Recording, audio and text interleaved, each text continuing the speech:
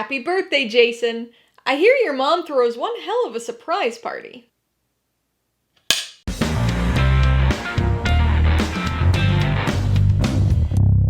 Hey everybody, welcome to Mainely Movies. Today, I'm going to be talking about the 1980 slasher, Friday the 13th. If you're new here, please consider subscribing for a variety of movie-related content, like reviews, rank lists, and trailer reactions. All my reviews include a breakdown of the pros and cons, my rating, and even some tailored film recommendations, so be sure to watch through to the end of this video for all of that extra content. Friday the 13th stars Adrienne King, Betsy Palmer, and Harry Crosby, and was directed by Sean S. Cunningham. It tells the story of a group of teenage summer camp counselors who find themselves being killed while trying to reopen Camp Crystal Lake. Happy Friday the 13th! Today's every horror fan's second favorite day of the year. But today's not just any Friday the 13th, it's the Friday the 13th. Friday, June 13th, just like in the first movie. Uncoincidentally, it also just so happens to be Jason Voorhees' birthday, which means that I finally get to kick off a review series I've been planning since I first started this channel.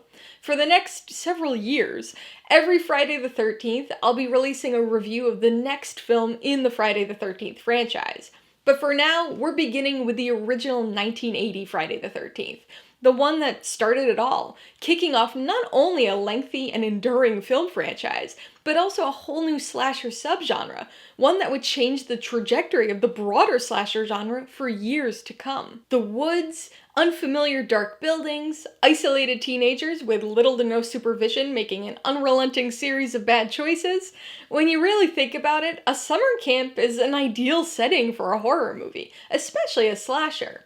It's crazy to think that nobody had done it before this film. I mean, summer camps obviously featured in the occasional horror film before, like The Camp in Piranha, and other films saw teenagers murdered lakeside, or bayside, as in Mario Bava's proto-slasher giallo film, A Bay of Blood. And then, of course, it's widely known that The Burning was actually written before Friday the 13th, but went unmade for several years due to lack of financing. But Friday the 13th paved the way as the first true summer camp slasher, utilizing its perfect horror film setting. The basic premise of this movie is simple. A group of camp counselors are hired to prep Camp Crystal Lake ahead of the camp's reopening. As they work, they hear local legends and words of warning about the camp's tragic past. Fatal drowning, mysterious unsolved murders, poisoned water, and failed past attempts to reopen the camp. And then, when those warnings go unheeded, a mysterious unknown killer begins to pick the teens off one by one in brutally creative ways over the course of a single stormy night.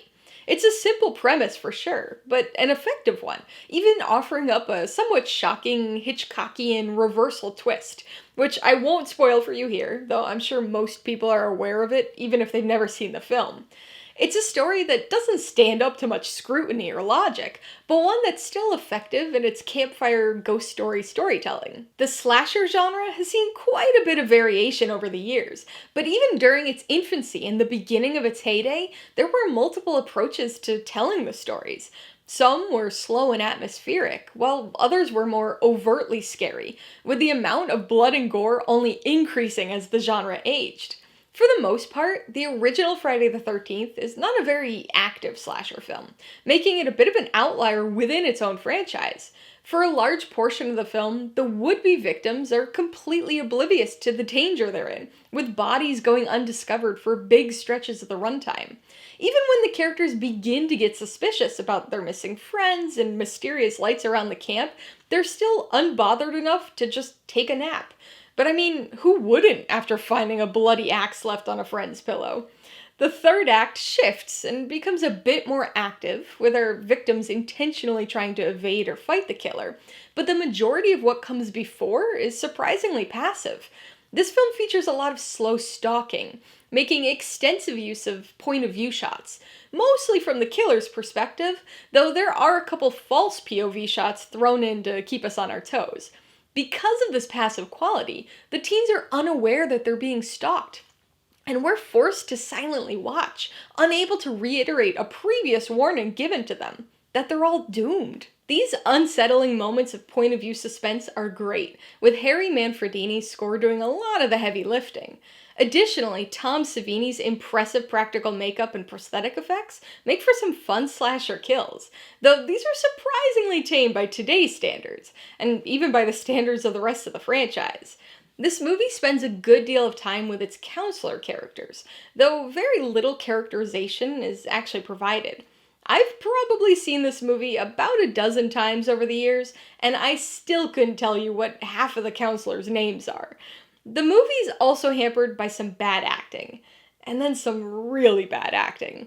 That's perhaps not a very shocking thing to hear about an 80s slasher, and maybe even would have been more forgivable when talking about a later franchise film, when the creative kills were more obviously prioritized over story, but this movie spends a lot of time with these characters, at least trying to make you care about them.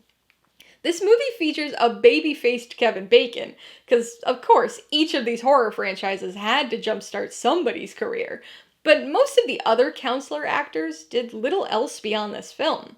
Most line deliveries are stilted, and the physical performances are awkward or unnatural. It definitely makes it tough to care about any of them when they aren't actively being stalked. So, when the film slows down to focus on these characters, just interacting or doing dumb, unsupervised teen stuff, it really drags. Even the campiest performances can't save this film from being a bit of a dull bore for big chunks of its unevenly paced runtime. Friday the 13th is a film that tends to surprise a lot of people, though not usually in the best of ways. Of the big horror films and the big slasher franchise starting films, this is the one that seems to most frequently underwhelm people. This is partly due to its quality issues, accounting for some poor reviews at the time of release in 1980, but I also think it's partly a consequence of time. Most people who adore the film either saw and liked it when it first came out, or saw it or one of its many sequels fairly early in life, or their foray into horror films. Both scenarios result in receptive audiences who aren't already aware of the genre tropes. Friday the 13th pulled from a lot of other movies, including Psycho, Black Christmas, and Halloween, but it's also the progenitor of the summer camp slasher. Dozens of other summer camp slashers were released in its wake, and plenty of otherwise set slashers began to utilize the ideas and tropes first established here.